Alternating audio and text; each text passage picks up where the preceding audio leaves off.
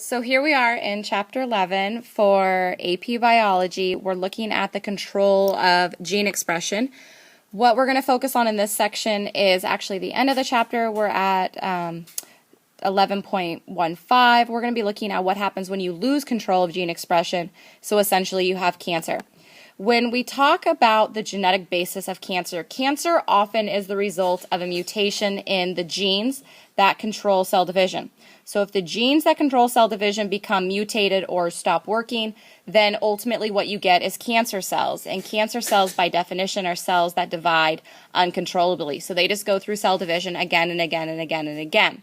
Now, what happens is that by having a mutation in the genes that control the cell cycle, you often get uncontrolled cell cycle, which means you grow a mass. And so there are certain genes that are involved in controlling the cell cycle, and these are known as oncogenes.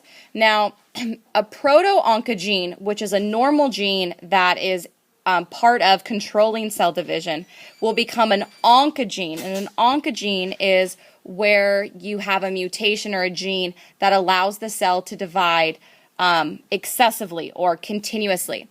If we look at what happens is, here is our proto-oncogene, and if you have a mutation somewhere within that gene and then you get hyperproductivity of a transcription factor, which then ultimately leads to the production of, let's say, a cyclin, then you're going to go through cell division excessively. Now what happens is you can have multiple copies of a gene versus just mutating part of the gene. And if you have that multiple copies of a gene, what happens is you too then get more and more protein production, which then could ultimately lead to hyper cell division or mitosis, which is uncontrolled cell growth, which is cancer.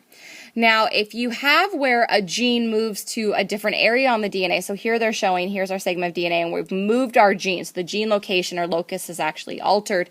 What happens is that if we're expressing the genes in that same region, we'll end up expressing the cell growth gene multiple times, and then that too can lead to problems.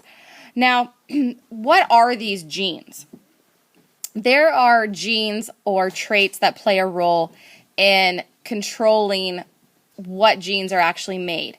And so we have these tumor suppressor genes. And what they do is tumor suppressor genes, when they're made, they actually inhibit protein production. They inhibit cell division. And so if we look at what happens if you mutate a tumor suppressor gene. So here we have tumor suppressor gene. We're creating a normal protein, what allows for normal cell division.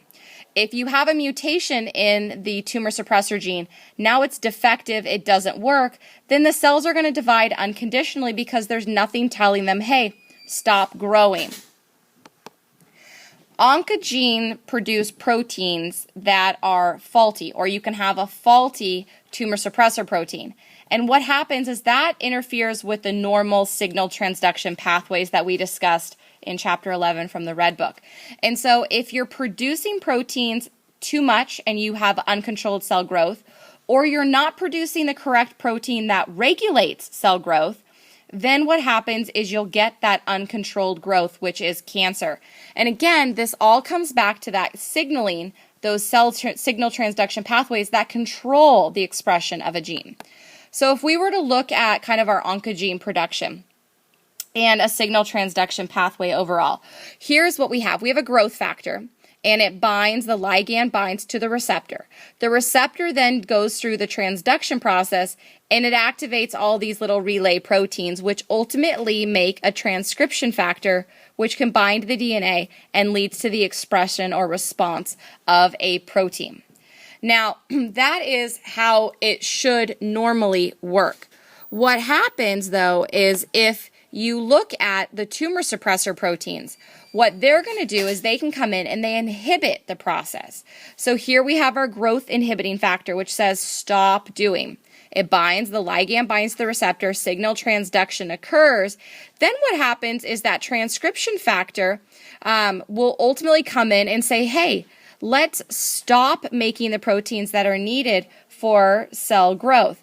If you stop making those proteins, the cell won't divide and you control the cell cycle. However, if this transcription factor is mutated, what happens is it can't go in and bind to the DNA. It can't say to stop making the cell division, and ultimately the cell just thinks it's supposed to continue dividing again and again and again. Now, cancer usually is not caused by one mutation in one gene. It's more complex than that. In fact, there usually is multiple genetic alterations that have happened that ultimately leads to the development of cancer. And so we're actually looking at multiple changes. So here's an example of like colon cancer. Colon cancer happens in a stepwise fashion. So the first thing that happens is we'll get increased cell division because the oncogenes have been activated. So we now have a gene saying divide, divide, divide. So the cells will start dividing and you create a cluster of cells. And what happens is you have this polyp. But the second mutation that could happen, let's say it's in a tumor suppressor gene. So now we're no longer suppressing the tumor.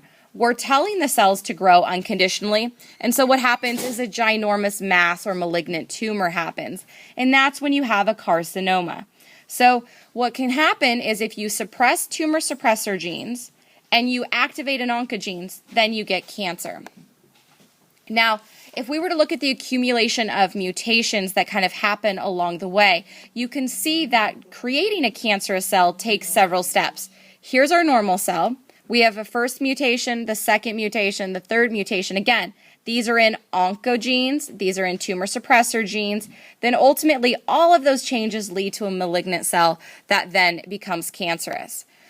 One of the scientists that the book kind of focuses on is a woman named Mary Claire King.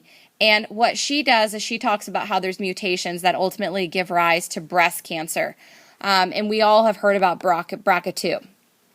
One of the other things about cancer is that it can be caused by the environment in which we live in. And so there's ways to reduce our risk of having cancer by simply reducing our exposure to things that cause cancer, and we call them carcinogens. And so those are things like smoking, living in high kind of smog areas. If we were to look at cancer in the United States and we look at some of the risk factors involved, it turns out that your ethnicity matters. The amount of hormone you have matters. How high in fat your diet is, whether you smoke, whether you drink, whether you've been exposed to certain types of viruses, how much sunlight you get.